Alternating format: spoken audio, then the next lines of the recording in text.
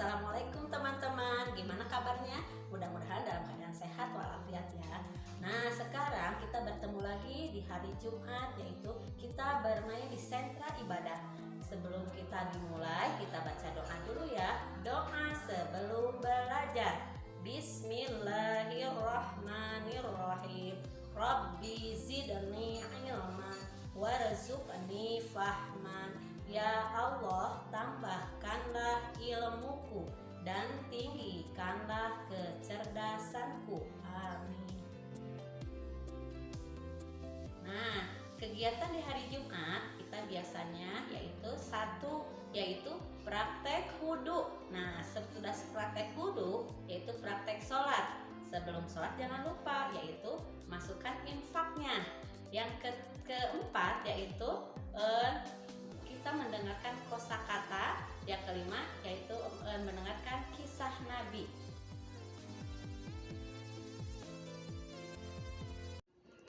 Allahumma ba'id baini wa baina khotoyaya kama ba'atta bainal masyriqi wal maghrib. Allahumma naqqini min khotoyaya kama yunaqqa saubul abyadu minad danas. Allahumma ghsilni min khotoyaya bil ma'i wasalji wal barod. Subhana rabbiyal a'zim, subhana rabbiyal a'zim, subhana rabbiyal a'zim.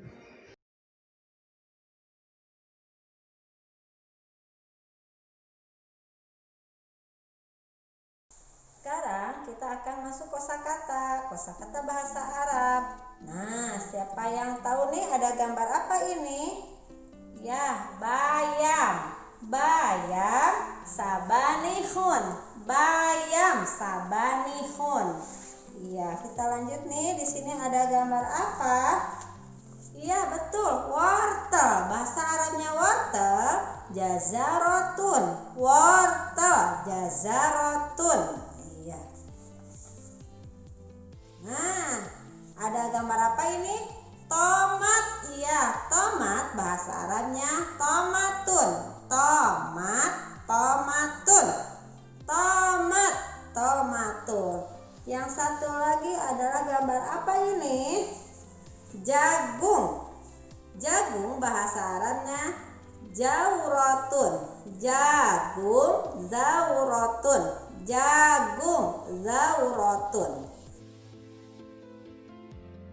Sekarang kita akan mendengarkan kisah Nabi. Minggu lalu adalah Nabi Ishak. Kita lanjutkan. Sekarang itu adalah Nabi Yakub. Sebelum dimulai, baca dulu bismillahnya. Bismillahirrahmanirrahim. Dengan nama Allah yang Maha Pengasih lagi Maha Penyayang. Ya, kita bilang open please. Open please. String. Nah, di sini adalah kisah Nabi Yakub, di mana Nabi Yakub itu adalah putranya Nabi Ishak bin Ibrahim. Nah, setelah dewasa, Nabi Yakub itu disuruh oleh ibunya untuk pergi ke padang Aram, di mana tempatnya itu di Babilonia, untuk menemui seorang pamannya. Nabi Yakub pergi karena disuruh oleh ibunya untuk menemui pamannya. Tak lama kemudian, setelah sampai di padang Aram, Nabi Yakub bertemu dengan pamannya yang bernama Laban. Pamannya itu di sana terkenal sebagai orang yang dermawan dan suka menolong kepada orang yang sangat membutuhkan. Begitu di sana sampai, Nabi Yakub itu diangkat oleh pamannya sebagai anak angkatnya dan dia tinggal di sana. Nabi Yakub meniru pamannya menjadi seorang yang dermawan dan suka menolong kepada orang yang sangat membutuhkan. Saat itu tak lama kemudian Nabi Yakub itu bermimpi. Bermimpinya itu melihat ada turunnya malaikat dari langit ke bumi. Dan begitu juga seolah-olah dia melihat Allah dan berkata, "Hai Yakub, kamu akan mendapat keberkahan." yakni kamu akan mendapat keberkahan di dunia dan akan mendapat keturunan di bumi ini. Nabi Yakub sementara itu langsung dia berniat di dalam hatinya, kalau aku udah mempunyai segalanya, aku akan mendirikan tempat peribadatan di daerah ini. Nabi Yakub itu berkata di dalam hatinya. Nah, tak lama kemudian setelah itu pamannya yang bernama Laban, dia berniat kepada Nabi Yakub itu untuk menjodohkan anaknya. Pamannya itu mempunyai 2 orang putri, yaitu yang bernama Laya dan Rahil. Pamannya berniat untuk menjodohkan sama Yakub, dan Yakub setuju karena Yakub sangat tertarik kepada yang namanya Rahil, karena Rahil itu orangnya cantik dan sangat menarik hati. Nah, di sana pamannya itu berniat menjodohkan Laya, anak yang pertamanya. Tetapi Nabi Yakub meminta kepada pamannya itu, aku menyukai Rahil. Tapi Laban itu berkata kepada Yakub, kamu harus menikahi anak pertamaku, karena tidak boleh melangkahi anak kedua itu, tidak boleh melangkahi anak yang pertama. Nah, setelah itu Yakub menikah dengan Laya, anak yang pertamanya.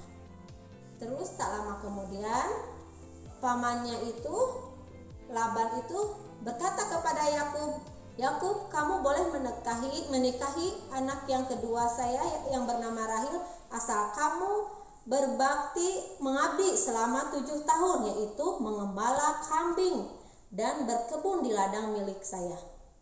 Nabi Yakub menurutinya dan dia bekerja selama 7 tahun.